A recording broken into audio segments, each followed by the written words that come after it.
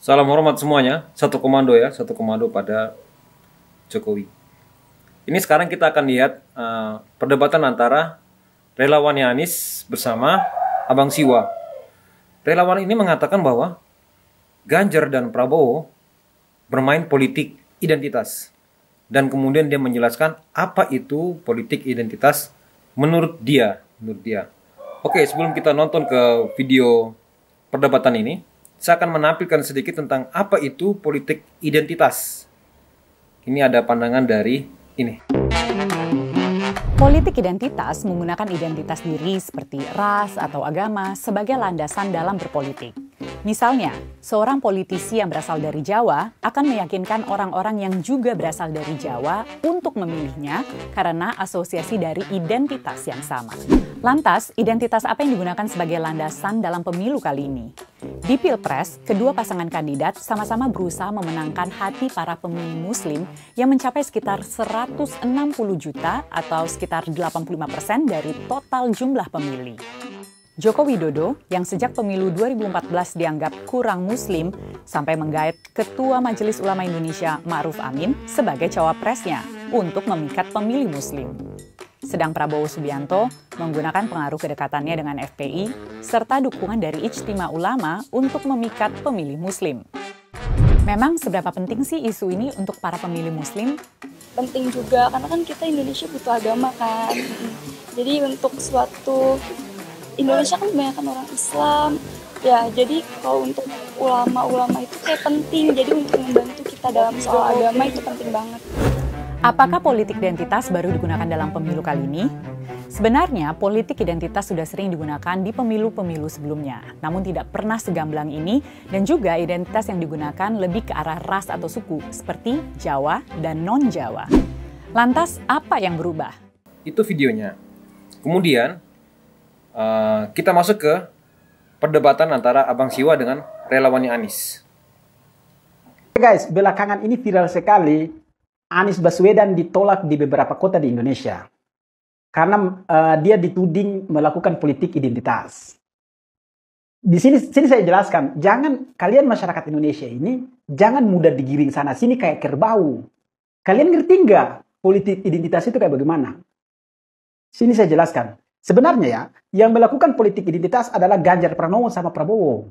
Mereka berdua yang melakukan politik identitas. Politik identitas adalah seseorang yang mencari panggung di kelompok tertentu, mencari pengakuan di komunitas tertentu, suku tertentu, etnis tertentu.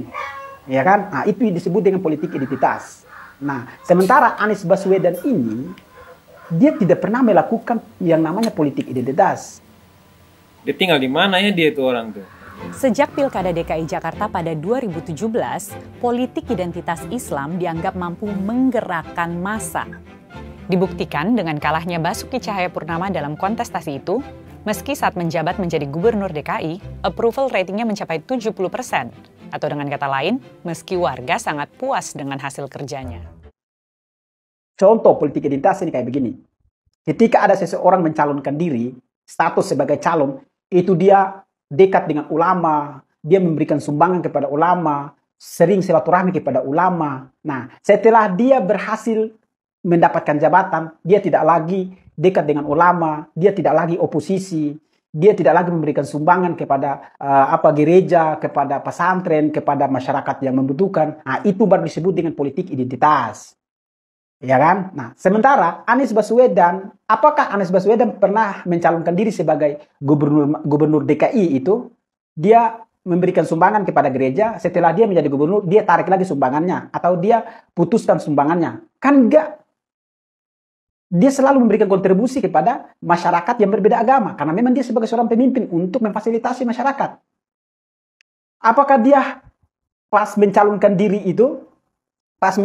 sebagai gubernur DKI, itu dia memberikan izin pembangunan gereja. Setelah dia jadi gubernur DKI, dia menolak izin pembangunan gereja. Apakah Anies pernah melakukan itu? Kalau dia pernah melakukan hal seperti itu yang disebut dengan politik identitas. Karena dia mencari pengakuan di dalam satu kelompok tertentu untuk sementara waktu saja. Untuk kepentingannya dia tercapai, selesai itu sudah. Nah, itu yang disebut dengan politik identitas.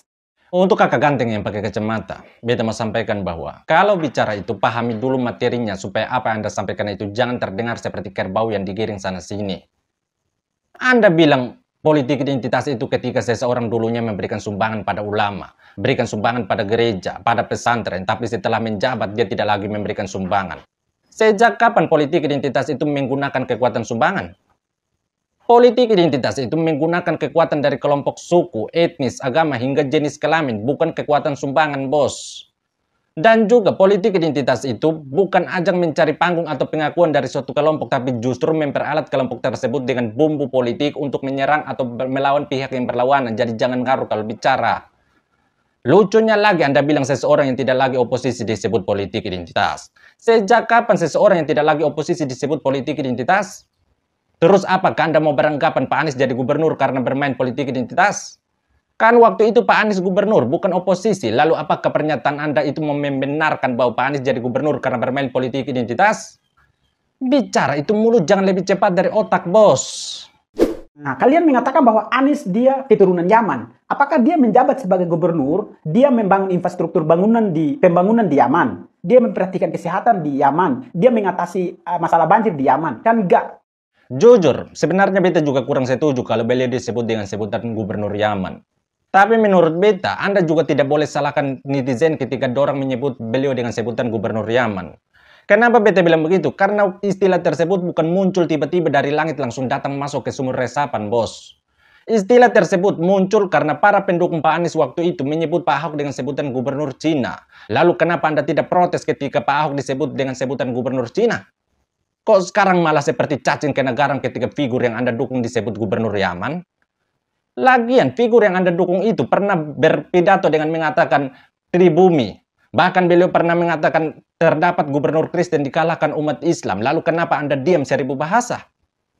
Apa yang ditabur itu yang dituai. Jangan kalian tabur bunga bangkai lalu berharap yang tumbuh bunga mawar. Yang melakukan politik identitas adalah Ganjar, Pranowo, dan Prabowo.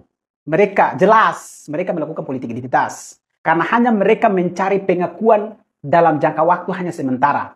Saya kasih contoh. 2 tahun yang lalu, Israel pernah datang ke Indonesia, main bulu tangkis, panjat tebing, dan balap sepeda. Apakah Ganjar menolak? Dia nggak menolak. Nah, setelah dia mencalonkan diri sebagai presiden, Israel datang main bola di Indonesia, baru dia menolak Israel. Kenapa dia menolak Israel? Karena Ganjar Pranowo tahu mayoritas umat Islam di Indonesia itu mencintai rakyat Palestina. Justru itu dia menolak Israel untuk mengambil simpati masyarakat Islam di Indonesia. Nah, itu yang disebut dengan politik identitas. Begitu. 2 tahun yang lalu Israel datang, dia tidak tolak. Momentum dia calon presiden, baru dia tolak Israel datang ke Indonesia untuk main bola. Untuk apa? Untuk mengambil simpati masyarakat. Artinya, dalam celah itu dia mengambil panggung di situ, mencari pengakuan di dalam agama Islam. Dia mencari pengakuan di depan umat Islam di Indonesia. Itu yang disebut dengan politik identitas. Anda bilang Pak Ganjar bermain politik identitas karena tidak menolak atlet panjat tebing dan balap sepeda dari Israel. Pertanyaannya, panjat tebing dan balap sepeda itu diadakan di mana? Apakah Pak Ganjar punya kapasitas untuk menolak atlet Israel yang bertanding di provinsi yang bukan wilayah beliau? Kalau soal Piala Dunia U20, beliau punya kapasitas karena salah satu provinsi yang diadakan adalah Jawa Tengah. Sedangkan panjat tebing dan balap sepeda diadakan di mana sehingga Anda menyerang Pak Ganjar dengan narasi yang ngawur seperti itu? Parahnya lagi Anda buat hoax dengan mengatakan setelah Pak Ganjar calonkan diri sebagai capres baru beliau menolak timnas Israel. Emangnya Pak Ganjar keluarkan statement tersebut tanggal berapa dan diumumkan sebagai capres tanggal berapa? Pak Ganjar keluarkan statement saat itu kapasitasnya sebagai gubernur, bukan sebagai capres. Karena beliau sudah lebih dulu menolak timnas Israel, baru diumumkan sebagai capres. Jadi jangan cerita omong kosong di situ. Beliau menolak timnas Israel itu adalah sikap politik yang tertera dalam konstitusi, bukan politik identitas. Jadi kalau bicara itu, jangan macam orang mabok lem iPhone supaya bisa bedakan apa itu politik identitas dan apa itu sikap politik. Dan supaya Anda tahu, tanpa Pak Ganjar mencari simpati umat Islam sudah lebih dulu mendukung beliau. Jadi lepas itu kacamata supaya lihat kenyataan yang ada, bos. Prabowo. Pasca Prabowo mencalonkan presiden, dulu dia mencalonkan presiden, itu dia dekat sekali dengan ulama. Dekat sekali dengan rakyat miskin, rakyat jelata. Dia oposisi. Ya kan? Nah, setelah dia kalah, dia memilih lepas dari oposisi, dia memilih masuk kepada kubu Jokowi. Nah, itu yang disebut dengan politik identitas. Dia hanya memanfaatkan simpati masyarakat dalam jangka waktu yang terbatas. Dia hanya mengambil simpati masyarakat dalam momentum yang terbatas.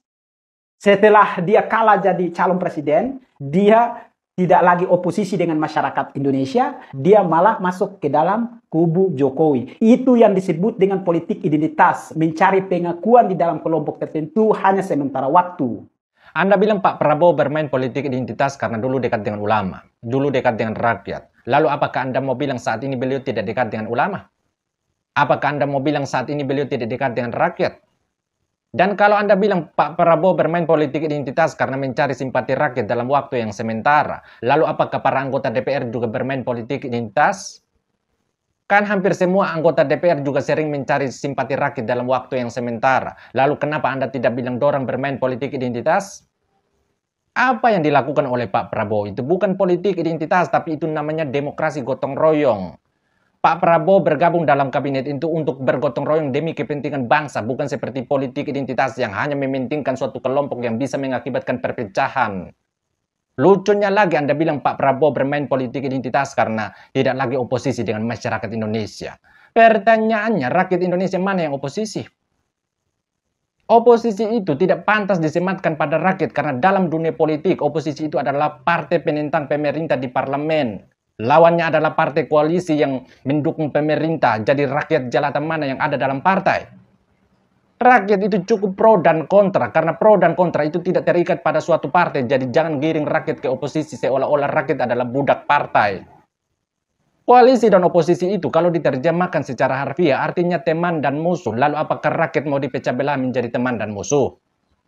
Partai koalisi dan oposisi itu saling baku gigit demi kekuasaan. Jadi jangan paksa rakyat untuk baku gigit demi kekuasaan partai. Saya seruput kopi untuk kalian berdua.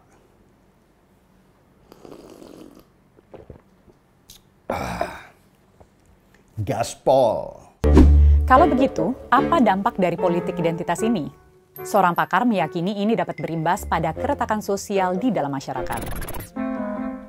Kemungkinan kita nggak akan bisa lebih mesra lagi seperti biasa, menghormati iya. Tapi mesra sebagai saudara, sahabat, tetangga gitu, itu kayaknya sudah sulit sekali gitu. Apakah luka ini ada obatnya? Saat ini rekonsiliasi sosial itu mutlak harus dilakukan oleh elit. Itu yang pertama. Tetapi pada tingkatan yang kedua, rekonsiliasi sosial bisa dilakukan oleh siapa saja. Jika sakit berlanjut, Anda dapat menghubungi politisi untuk segera beraksi merawat negeri.